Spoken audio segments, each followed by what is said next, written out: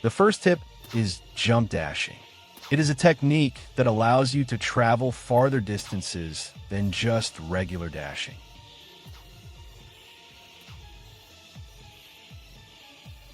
As you can see, you can travel much farther than just regular dashing.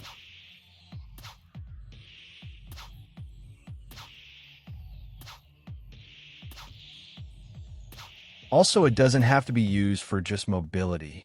It can also be used to chain moves together. A great example of this is Icebound Papyrus. As without jump dashing, you cannot chain his M1s to his 3.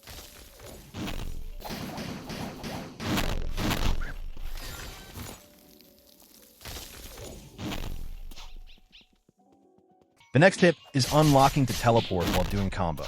This allows you to chain moves that usually doesn't allow you to chain. An example of this is Sakuya. Actually, we usually not be able to chain her 3 after the M1, even if you dash multiple times. You could even add extra damage in her combos.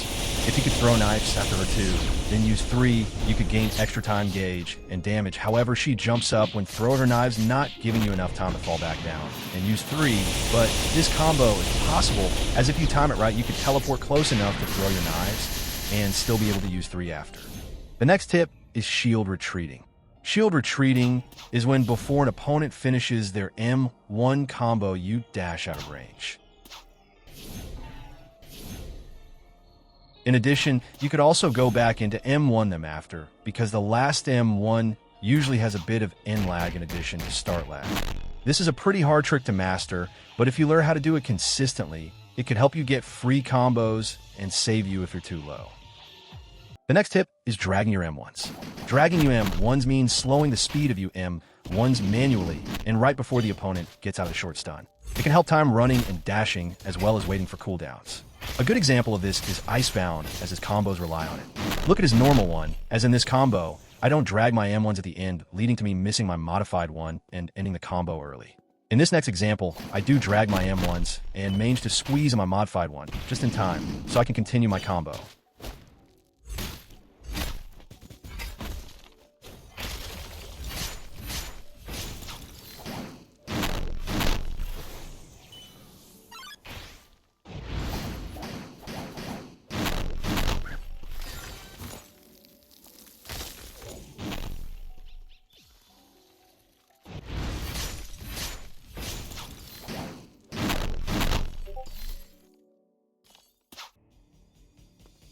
The next tip is paying attention to your opponent's mana bar.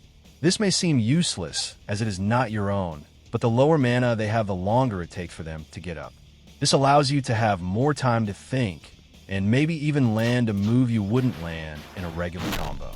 It used to be pretty hard, as the bar was really small, but in the overhaul they changed the whole look of the health bar in general, making it way bigger and easier to see. The next and last tip is to immediately teleport or rush your opponent after a phase transition, or any moves that give you iframes, as you are invincible during those frames. This includes them not being able to attack you or counter you either.